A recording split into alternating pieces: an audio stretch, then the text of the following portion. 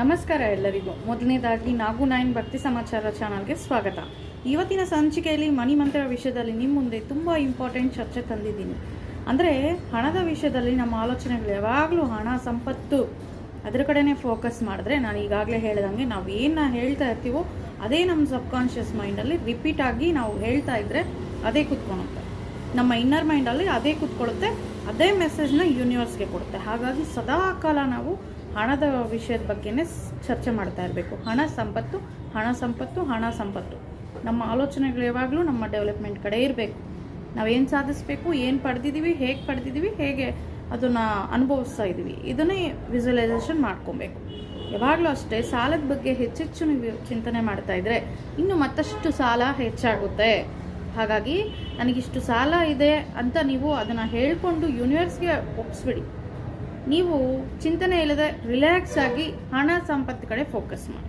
ಹಣ ಸಂಪತ್ತು ಬಂದರೆ ನಿಮ್ಗೆ ಎಷ್ಟು ಖುಷಿ ಆಗುತ್ತೆ ಅದನ್ನು ವಿಜುವಲೈಸೇಷನ್ ಮಾಡಿಕೊಡಿ.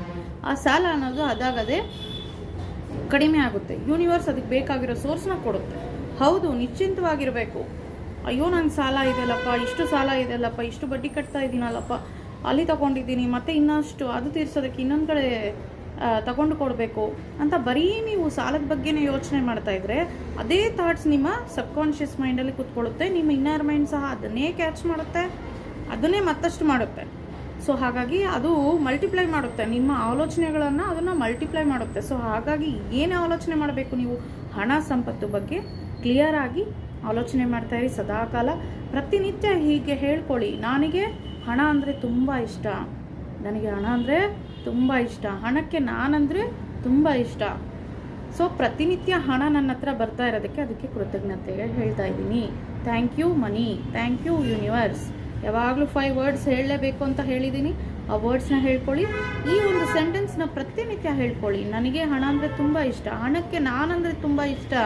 ಪ್ರತಿದಿನ ನನ್ನ ಹತ್ರ ಹಣ ಬರ್ತಾ ಇರೋದಕ್ಕೆ ನಾನು ಅದಕ್ಕೆ ಕೃತಜ್ಞತೆ ಭಾವನೆಯನ್ನು ವ್ಯಕ್ತಪಡಿಸ್ತಾ ಇದ್ದೀನಿ. ಯಾವ ರೀತಿ ಖುಷಿಯಾಗಿ ಲವಲವಿಕೆ ಇರಬೇಕು, ಯಾವ ರೀತಿ ಒಂದು ಮಗು ಸ್ಮೈಲ್ ಎಷ್ಟು ಸ್ಪಷ್ಟತೆ ಇರುತ್ತೆ, ಅದಕ್ಕೆ ಯಾವುದೇ ರೀತಿ ಸ್ವಾರ್ಥ ಇಲ್ಲ, ಬೇರೆಯವ್ರ ಮೇಲೆ ಈರ್ಷೆ ಇಲ್ಲ, ದುರಾಸೆ ಇಲ್ಲ. ಸೊ ಇಲ್ಲಿ ನಾವು ಏನೆಲ್ಲ ತ್ಯಜಿಸಬೇಕು, ಫಸ್ಟು ಮನಿನ ವೆಲ್ಕಮ್ ಮಾಡ್ಕೊಬೇಕು, ಮತ್ತಷ್ಟು ಮಾಡ್ಕೊಬೇಕು ಅಂದರೆ ಬೇರೆಯವ್ರ ಬಗ್ಗೆ ಚಿಂತನೆ ಟೋಟಲಿ ಬಿಡಬೇಕು. ಬೇಡದೇ ಇರೋ ವಿಷಯಗಳ ಬಗ್ಗೆ ಚರ್ಚೆ ಮಾಡೋದು, ಥಾಟ್ ಮಾಡೋದು, ಡಿಸ್ಕಸ್ ಮಾಡೋದು, ಅವೆಲ್ಲ ಸದಾಕಾಲ ನೀವು ಅದು ಪಕ್ಕಕ್ಕೆ ಇಟ್ಬಿಡ್ಬೇಕು. ಫೈನಲಿ ಯಾವಾಗಲೂ ಏನನ್ನು ಅಂಟ್ಕೊಂಡಿರಬೇಕು ಅಂದರೆ, ಈಗ ಫಾರ್ ಎಕ್ಸಾಂಪಲ್ ಒಂದು ಸೈಂಟಿಸ್ಟ್ನ ತಗೊಳ್ಳಿ, ಅವ್ರೇನಾರೇ ಅಚೀವ್ ಮಾಡಬೇಕು ಅಂದರೆ 24 ಗಂಟೆನೂ ಅದ್ರ ಮೇಲೆನೇ ಫೋಕಸ್ ಮಾಡ್ತಾರೆ. ಒಂದು ಪ್ರಾಬ್ಲಮ್ ತಗೊಂಡು ಅದನ್ನು ಸಾಲ್ವ್ ಮಾಡಬೇಕು ಅಥವಾ ಏನಾರೇ ಅವರು ಒಂದು ಫೈಂಡ್ ಔಟ್, ಒಂದು ಸೊಲ್ಯೂಷನ್ ಹುಡುಕಬೇಕು ಅಂದರೆ ಅದಕ್ಕೆ ಅಂಟ್ಕೊಂಡಿರ್ತಾರೆ. 24 ಗಂಟೆ ಟೈಮ್ ಅದಕ್ಕೆ ಕೊಡ್ತಾರೆ. ನಿದ್ದೆ ಬಿಡ್ತಾರೆ, ಊಟ ಬಿಡ್ತಾರೆ. ಇಲ್ಲಿ ನೀವು ನಿದ್ದೆ ಬಿಟ್ಬಿಡಿ, ಊಟ ಬಿಟ್ಬಿಡಿ ಅಂತ ಹೇಳ್ತಾ ಇಲ್ಲ. ನಿಮ್ಮ ಮನಸ್ಸು ಸಬ್ಕಾನ್ಷಿಯಸ್ ಮೈಂಡಿಗೆ ಯಾವಾಗಲೂ ನಿಮ್ಮ ಥಾಟ್ಸ್ ಯಾವಾಗಲೂ ಹಣ ಸಂಪತ್ತು ಕಡೆನೇ, ಡೆವಲಪ್ಮೆಂಟ್ ಕಡೆನೇ ನಿಮ್ಮ ಥಾಟ್ಸ್ನ ರಿಲೀಸ್ ಮಾಡಿ. ಅದಕ್ಕೆ ನೀವು ಅಂಟ್ಕೊಂಡಿದ್ರೇ ಅದು ನಿಮ್ಮನ್ನು ಅಂಟ್ಕೊಂಡಿರುತ್ತೆ. ಇದು 100% ಇದು ಎಷ್ಟೋ ಜನ ಪ್ರೂವ್ ಮಾಡಿದ್ದಾರೆ.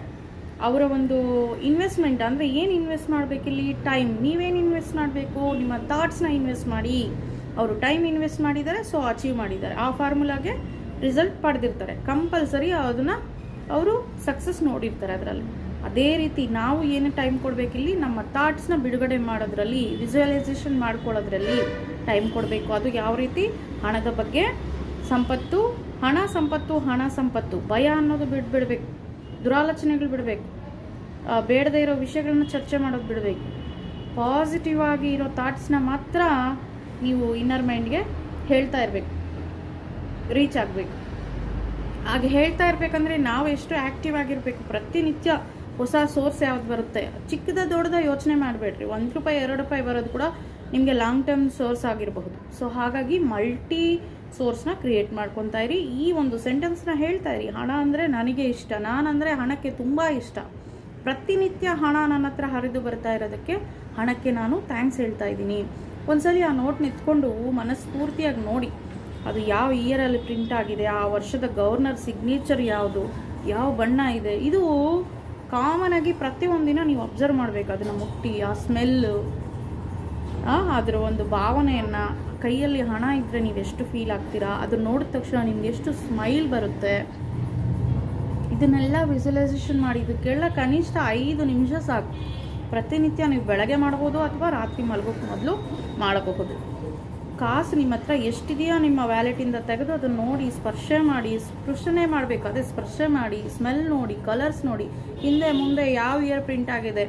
ಈಗ 100 ರೂಪಾಯಿ ಅಂದರೆ 100 ರೂಪಾಯಿ ಎಷ್ಟು ಸಲ ಇದೆ, ಅದ್ರ ಮೇಲೆ ಯಾವ ಭಾಷೆನಲ್ಲಿದೆ, ಎಷ್ಟು ಕಡೆ ಟ್ರಾನ್ಸ್ಪರೆಂಟಾಗಿ ನೋಡಿದ್ರೂ ಎಷ್ಟು ಕಡೆ 100 ರೂಪಾಯಿ ಅನ್ನೋದು ಕಾಣಿಸುತ್ತೆ.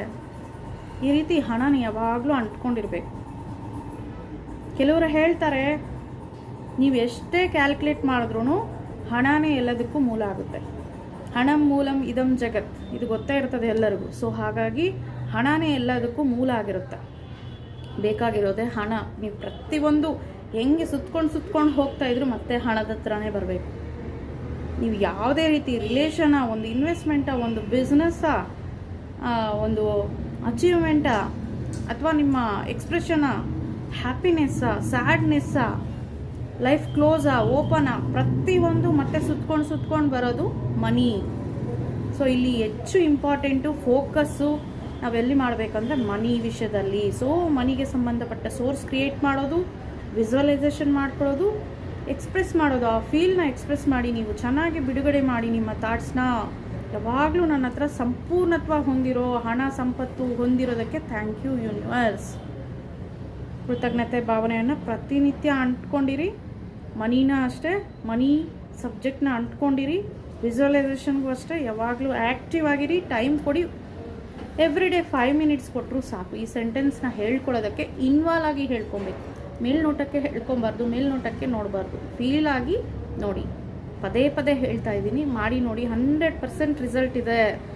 ಫಸ್ಟು ಡೇಯಿಂದ ನಾವು ನನ್ನ ಒಂದು ವಿಡಿಯೋಸ್ ನೋಡಿಕೊಂಡು ಮಾಡ್ತಾ ಇರೋರಿಗೆ ಸುಮಾರು ರಿಸಲ್ಟ್ ಇದೆ. ಅಂದರೆ ಪಾಸಿಟಿವ್ ಆಗಿ ಇನ್ವಾಲ್ವ್ ಆಗಬೇಕು. ಇನ್ವಾಲ್ವ್ ಆದ್ರೇ ರಿಸಲ್ಟ್ ಸಿಗೋದು. ನಮ್ಮ ಸ್ಪೀಚ್ ಕೇಳಿದಷ್ಟು ಮಾತ್ರ ನಿಮಗೆ ಮೋಟಿವೇಶನ್ ಸಿಗುತ್ತೆ. ಇನ್ವಾಲ್ವ್ ನೀವು ಮಾಡಿ, ನೀವು ಪ್ರಯತ್ನಪೂರ್ವಕವಾಗಿ ಪ್ರಯತ್ನ ಯಾವಾಗ ಮಾಡ್ತಿರೋ ಆವಾಗ ನಿಮಗೆ ರಿಸಲ್ಟ್ ಸಿಗುತ್ತೆ. ನಿಮಗೆ ನಿಮ್ಮ ಫೇಸಲ್ಲಿ ಗ್ಲೋ ಅನ್ನೋದು ಬರುತ್ತೆ. ಹಣ ನೋಡಿದ್ರೆ ಗ್ಲೋ ಬರುತ್ತೆ. ಸೊ ಹಾಗಾಗಿ ಹಣ ಬರುತ್ತೆ, ಆವಾಗ ಗ್ಲೋ ಬರುತ್ತೆ ನಿಮ್ಮ ಫೇಸಲ್ಲಿ. ಓಕೆ, ಈಗ ಒಂದು ಟಿಪ್ನ ನಾನು ಇಲ್ಲಿ ಶೇರ್ ಮಾಡ್ತೀನಿ. ಯಾಕಂದರೆ ಇತ್ತೀಚೆಗೆ ಅಲ್ಲ, ಇದಕ್ಕೆ ಮೊದಲು ಕೂಡ ಕೇಳಿದ್ದಾರೆ ಇದ್ರ ಬಗ್ಗೆ. ಆವಾಗಲೂ ಸಹ ನಾನು ಕೆಲವೊಂದು ಟಿಪ್ಸ್ನ ಶೇರ್ ಮಾಡಿದ್ದೀನಿ ವಿಡಿಯೋ ಮುಖಾಂತರ, ಅವರಿಗೆ ಫೋನ್ ಮುಖಾಂತರನೂ ನಾನು ಶೇರ್ ಮಾಡಿದ್ದೀನಿ.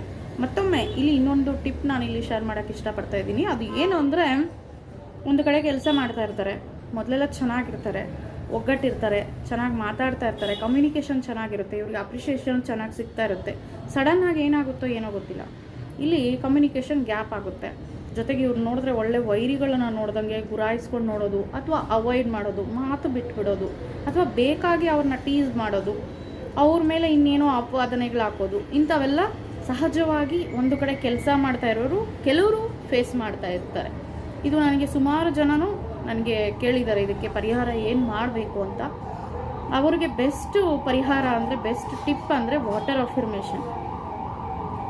ಅಫಿರ್ಮೇಷನ್ ಮಾಡ್ಕೊಳ್ಳಿ. ಜೊತೆಗೆ ಎನರ್ಜಿ ಸರ್ಕಲ್ ಒಂದು ಇಲ್ಲಿ ತೋರಿಸ್ಕೊಡ್ತಾ ಇದ್ದೀನಿ ನೋಡಿ. ಈ ರೀತಿ ಎನರ್ಜಿ ಸರ್ಕಲ್ನ ಮಾಡ್ಕೊಬೇಕು. ಈ ಸರ್ಕಲಲ್ಲಿ ಮೇಲ್ಭಾಗದಲ್ಲಿ ಎಂಟಿ ಬಿಟ್ಟಿದ್ದೀನಲ್ಲ, ಇಲ್ಲಿ ನಿಮಗೆ ಯಾರು ಅಗೇನ್ಸ್ಟ್ ಆಗಿ ಬಿಹೇವ್ ಮಾಡ್ತಾ ಇದ್ದಾರೆ ಅಂದರೆ ಎನಿಮಿಯಾಗಿ ನಿಮ್ಮನ್ನು ನೋಡ್ತಾ ಇದ್ದಾರೆ, ಅವರ ಹೆಸರು 1 or 2, ಎಷ್ಟು 3 ಇದ್ದರೆ 3 ಜಾಗ ಸ್ವಲ್ಪ ದೊಡ್ಡದಾಗಿ ಮಾಡಿಕೊಂಡು ಅವರ ಹೆಸರುಗಳು ಮೆನ್ಷನ್ ಮಾಡಿ.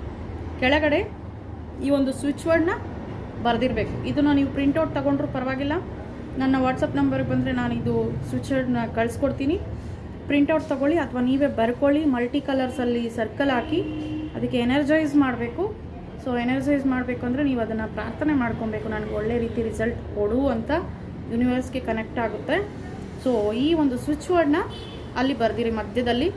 ಎಸ್, ನೌ, ಸಮ್, ಹೌ ಅಂತ ಇಲ್ಲಿ ತೋರಿಸ್ತಾ ಇರೋ ಥರನೇ ಬರೆದಿರಬೇಕು. ಅದೇ ಕಲರ್ಸ್ನ ಯೂಸ್ ಮಾಡಿರಬೇಕು. ಜೊತೆಗೆ ಕೆಳಗಡೆ ಈ ಒಂದು ಗ್ರಾಬವಿ ನಂಬರ್ನ ಮೆನ್ಷನ್ ಮಾಡಿ, 1888948 ಅಂತ ಈ ಒಂದು ಗ್ರಾಬವಿ ನಂಬರ್ನ ಮೆನ್ಷನ್ ಮಾಡಿ ಅವರ ಹೆಸರುಗಳ ಹೇಳ್ಕೊಂಡು ಆ ಒಂದು ಎನರ್ಜಿ ಸರ್ಕಲ್ ಫಿನಿಶ್ ಆಗಿರುತ್ತಲ್ವ, ಮಲ್ಟಿ ಕಲರ್ಸಲ್ಲಿ ಸರ್ಕಲ್ ಆಯಿತು, ಮೇಲ್ಗಡೆ ಅವರ ಹೆಸರುಗಳಾಯಿತು, ಮಧ್ಯದಲ್ಲಿ ಸ್ವಿಚ್ ವರ್ಡ್ ಆಯಿತು, ಕೆಳಗಡೆ ಗ್ರಾಬವಿ ನಂಬರ್ ಆಯಿತು. ಸೊ ಇವಾಗ ಗಾಜಿನ ಲೋಟನಲ್ಲಿ ನೀರು ತಗೋಬೇಕು, ಅದ್ರ ಮೇಲೆ ಇಡಬೇಕು. ನೀವು ಒಂದು 30 ಮಿನಿಟ್ಸ್ ಹೇಳ್ಕೊಬೇಕಾಗುತ್ತೆ. ಈ ವ್ಯಕ್ತಿಗಳು ನನಗೆ ಇವತ್ತಿಂದ ಪಾಸಿಟಿವ್ ಆಗಿ ರಿಸಲ್ಟ್ ಕೊಡ್ತಿದ್ದಾರೆ, ಅದಕ್ಕೆ ಥ್ಯಾಂಕ್ ಯು ವಾಟರ್. ಫಸ್ಟು ವಾಟರ್ಗೆ ಹೇಳಿ, ಆಮೇಲೆ ಯೂನಿವರ್ಸ್ಗೆ ಹೇಳಿ, ನಿಮಗೆ ನೀವೇ ಹೇಳಿಕೊಳ್ಳಿ. ಇವತ್ತಿಂದ ಇವರ ಒಂದು ಸಂಬಂಧ ನನ್ನ ಜೊತೆ ಪಾಸಿಟಿವ್ ಆಗಿದೆ. ಇದು ವರ್ಕಲ್ಲಾಗಿರಬಹುದು, ನಿಮ್ಮ ರಿಲೇಷನಲ್ಲಾಗಿರಬಹುದು. ಅಂದರೆ ಎನಿಮೀಸು ನಿಮಗಿಲ್ಲಿ ಫ್ರೆಂಡ್ಸ್ ಆಗೋಕ್ಕೆ ಇದು ಸಹಕರಿಸುತ್ತದೆ. ಟ್ರೈ ಮಾಡಿ ನೋಡಿ, ರಿಸಲ್ಟ್ 100% ಸಿಗುತ್ತೆ. ಇದಕ್ಕೆ ಮೊದಲು ಒಬ್ಬರು ಮಾಡಿ ಅವ್ರ ರಿಸಲ್ಟ್ನ ನನ್ನ ಹತ್ರ ಶೇರ್ ಮಾಡ್ಕೊಂಡಿದ್ದಾರೆ. ಸುಮಾರು ಜನ ಅವ್ರ ರಿಸಲ್ಟ್ನ ಹೇಳ್ಕೊಂಡಿದ್ದಾರೆ. ಮತ್ತೆ ಚೆನ್ನಾಗಾಯಿತು ಮೇಡಮ್, ಮತ್ತೆ ಮಾಮೂಲಿ. ನಿಮ್ಗೆ ಯಾವಾಗ ಎಡುತ್ತಾ ಇದೆ ಅಂದಾಗ ಮತ್ತೆ ಇದನ್ನು ಪ್ರಯತ್ನಪೂರ್ವಕವಾಗಿ ಮಾಡಿ. ಆವಾಗವಾಗ ನಾವು ಎನರ್ಜೈಸ್ ಮಾಡ್ತಾನೆ ಇರಬೇಕು ಪ್ರತಿಯೊಂದಕ್ಕೂ ಅಷ್ಟೇ. ಈಗ ದೃಷ್ಟಿ ಆಗಿದೆ ಅಂದರೆ ವರ್ಷಕ್ಕೊಮ್ಮೆನೇ ತಗೊತೀರಾ ನೀವು? ಇಲ್ವಲ್ಲ, ದೃಷ್ಟಿ ಆದಾಗೆಲ್ಲ ನೀವು ದೃಷ್ಟಿ ತೆಗೆದುಕೊತೀರ. ಸೊ ಆ ರೀತಿ ನಿಮ್ಮ ಒಂದು ಕೆಲಸದ ಮುಖಾಂತರ ನೀವು ಅಲ್ಲಿ ಒಡನಾಟದಲ್ಲಿ ಏನಾದ್ರು ಏರ್ಪೇರ್ ಆಗಿದೆ, ಈ ರೀತಿ ಎನಿಮೀಸ್ ಕ್ರಿಯೇಟ್ ಆಗ್ತಿದ್ದಾರೆ ಅಂದರೆ ಆವಾಗವಾಗ ಈ ಎನರ್ಜಿ ಸರ್ಕಲ್ನ ನೀವು ಬಳಸಬಹುದು. ಪ್ರಯತ್ನಪೂರ್ವಕವಾಗಿ ರಿಸಲ್ಟ್ ಸಿಗುತ್ತೆ. 30 ಮಿನಿಟ್ಸ್ ಟೈಮ್ ಕೊಡೋಕ್ಕಾಗಲ್ಲ ಅಂದರೆ ನೀವೇನು ರಿಸಲ್ಟ್ ಕೂಡ ನೋಡೋಕ್ಕಾಗಲ್ಲ. ಆ ವಾಟರ್ ಅದ್ರ ಮೇಲೆ ಇಡಬೇಕು, ಗಾಜಿನ ಲೋಟನಲ್ಲಿ ಹೇಳ್ಕೊಬೇಕು.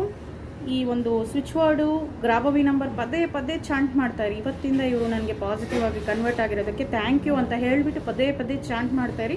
ಆಮೇಲೆ ಆ ನೀರನ್ನು ನೀವು ಕುಡೀರಿ. ನಿಮಗೆ ಆದರೆ ಅವರಿಗೆ ಆ ನೀರು ಕೊಡ್ಬೋದು, ಅದು ಪಾಸಿಬಲ್ ಇಲ್ಲ ಅಂತ ನನಗೆ ಅನಿಸುತ್ತೆ. ಯಾಕಂದರೆ ಆಲ್ರೆಡಿ ಎನಿಮಿ ಇರೋರು ನಾವು ಕೊಟ್ಟಿರೋ ನೀರು ಕೂಡ ತಗೊಳೋದಿಲ್ಲ. ಇದರಲ್ಲಿ ಯಾವುದೇ ಮಠ ಮಂತ್ರ ಇಲ್ಲ.